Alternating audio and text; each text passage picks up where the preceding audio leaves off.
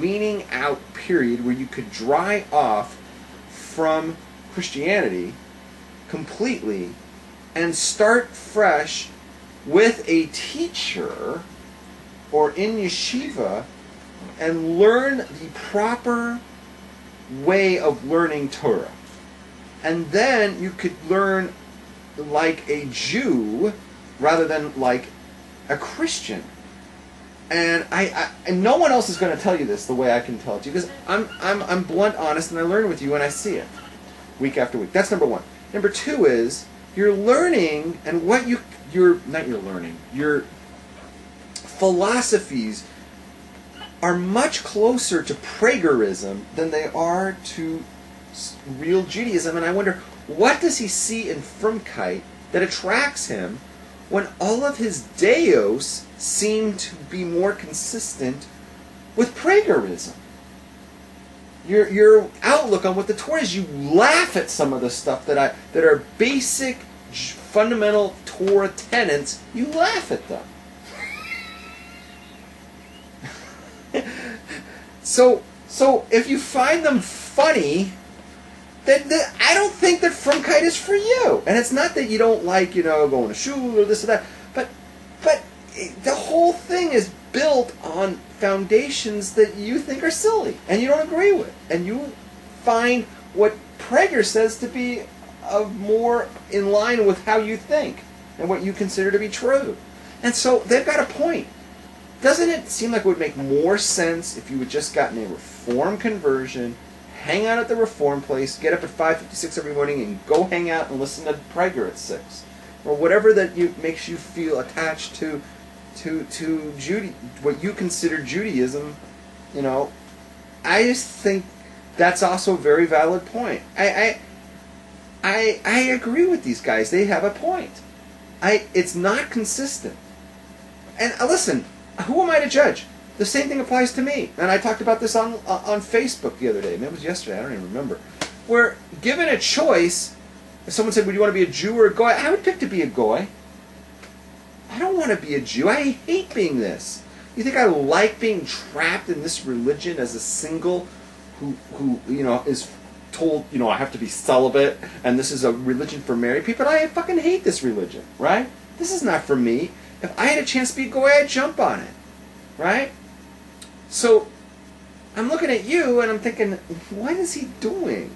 And maybe they have a point. Maybe Judaism, what you see in it that attracts you might be like a few little things, but overall, I don't know. I'm thinking 5 years as a Ben Noach you should have done, and that Reform conversion, you have to ask yourself, what was missing from your life? I read your book. What was missing from your everything that compelled you to want to get a Frummy conversion, even though Prager was at the other one? So I basically left Christianity in high school. Okay. So I had about 6-7 years out in the secular world before I started to even look at Judaism. Then that is not explicit in the book. I don't remember everything I read in the book. Okay. But I left Christianity in my teens, like when I was in high school, probably like 10th, 11th grade. Socially left it once I left my parents' house after graduating high school. And that was 18, and then I didn't become interested in Judaism until listening to Dennis Prager for a year. So then I was 22, 23. So they were like 5 years. And then from the first time I listened to Dennis Prager until I did my Reform conversion, finished my Reform conversion, was 5 years. Okay. It wasn't explicit in your book, but I can see now after you charted out the timeline, it's implicit. Because you're right, when you were in high school, you were banging chicks inside the bathtub. That was after high school, but I was thinking about banging chicks inside the bathtub in high school. I didn't actually do it until a few years later. Oh. But I was still banging chicks when I was doing my Reform conversion. Well, that's not Like, a problem. I was That's like- not a problem. Torah is king and That's want not- to take a bath. I don't think Reform tells you to stop banging anyone. Do they ever say something like that? That's not. You could tell the rabbi that. It's not a huge emphasis on the great sin of premarital sex. Like, what would be the problem? Okay. Well, they want to know bathtub or shower, and I mean there was both, but and they each had their advantages. Like the bathtub was like you could like linger there, and like you get in there with a rubber ducky and like a loofah, and you could like loofah each other, and so there was like soap bubbles and like it was like lingering. It was like tender. Now the shower, you don't tend to spend as much time in the shower. Shower is more like you get in, you get clean, and you get out again. And it's like 5-10 minutes, in the shower. But the bathtub, you could hang out for 45 minutes very happily, just while your way around in the bathtub. So it's situational, like with ethics. It's like the situation determines the absolute. So some situations call for a bath, other situations call for a shower. All right, so we got past 1990. So I graduated high school in 1984. By that time, I was no longer a Christian. I first listened to Dennis Prager in 1988. I read my first book on Judaism in the summer of 1989, and around Christmas time, 1989, I decided I wanted to become Jewish. And then I finished my Reform conversion in 1993, and then I finished my Orthodox conversion in 2009. So there was like 16 years between my Reform conversion and finishing my Orthodox. All right. So I take back. I'm glad you are articulate because now I see that you did have a 5-year separation, but you never did the Ben Noach thing. Well, there were the 5 years before I Those 5 finished years, my you were Reform a secular conversion. woman banger, is what you were. You were a bath taker and a shower taker. I wouldn't call you like a Ben Noach. You wouldn't call that a Ben Noach? No, that's not a Ben Noach. Why? Is there something in the Ben Noach against premarital sex?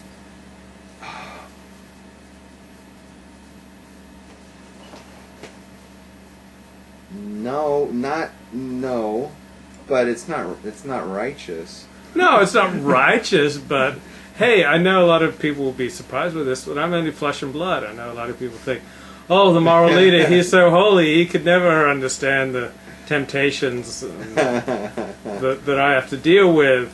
He's on such a amazing level, but I have many of the same temptations that you, my ordinary viewer, experiences, and I'm only flesh and blood, and I love to study Torah, but I also love to sit in the bathtub with buxom women. I mean, I did before I got my Orthodox conversion.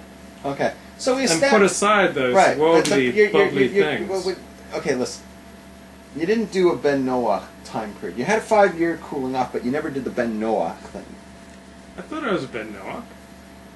Did you ever sit down and learn, Path of the Righteous Gentile, or take upon yourself, the Divine Code? The I read a lot of books on being on. Oh, you did? Noahide. Yeah. Okay, you never wrote about that in your book.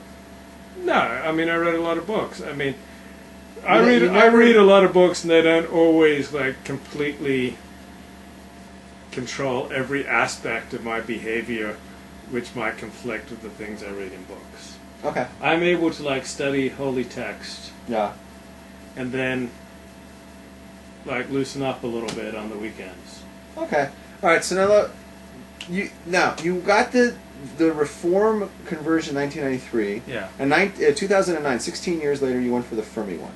I finished the Frummy one. I was going for the Frummy one for those 16 years. I would have loved to talk to you 2 years ago. Oh, I'm sure you would have. Because I would have talked you out of it, and here's why. No, you wouldn't. I would have talked you out of it, and here's why. I would have said to you, Luke, why is that funny? Why is that funny? Okay, I would have said, listen, Luke, listen, part of becoming a frum Jew, or becoming a Jew, part of becoming a Jew, the frum way, is you're going to have to purge yourself from all philosophies that are not from Jewish. You can't have them anymore. Any competing philosophy has to be purged from you. That's number one. And number two, you have to accept the firm foundations of